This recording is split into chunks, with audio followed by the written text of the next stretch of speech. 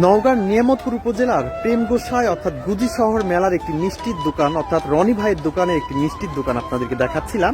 এখানে বিভিন্ন জাতের বিভিন্ন রকম মিষ্টি পাওয়া যাচ্ছে। 1 থেকে 10 কেজি ওজনের মিষ্টিগুলো পাওয়া যাচ্ছে।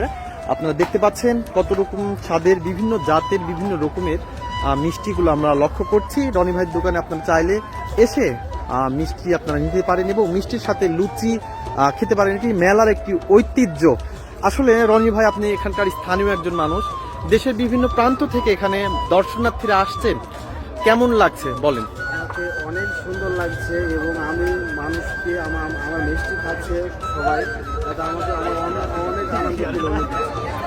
আসলে এই যে এখানে নিয়ামতপুর উপজেলায় আপনার বাসা, আসলে এই নিয়ামতপুর উপজেলাকে কেন্দ্র করে বা এই মেলাকে কেন্দ্র করে দেশের বিভিন্ন জেলা উপজেলা থেকে মানুষরা আসছেন এই মেলাটি দেখার জন্য, গ্রামীণ এই মেলাটি দেখার জন্য। সেটি আসলে আপনার কাছে কেমন লাগছে?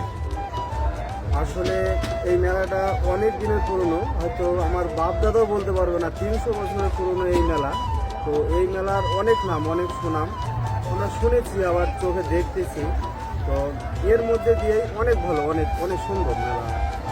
যে অসংখ্য ধন্যবাদ জানাচ্ছি রনি ভাইকে। এই মেলাটি আসলে নওগাঁর প্রাচীনতম মেলা এবং নওগাঁ জেলার সব থেকে বড় এই মেলাটি, যেটি নওগাঁর গুজি শহর মেলা অর্থাৎ নিয়ামতপুর উপজেলার গুজি শহর এই মেলাটি অবস্থিত হয়। প্রতি বছরে নেই এই মেলাটি এক মাস ব্যাপী হয়ে থাকে, সেটা আপনাদেরকে দেখাচ্ছিলাম, জানাচ্ছিলাম। নওগাঁর নিয়ামতপুর উপজেলার যে গুজি শহর মেলার এই দৃশ্যটি আপনাদেরকে দেখাচ্ছিলাম আমাদের মুঠোফোনের মাধ্যমে ভিডিও ধারণ করে।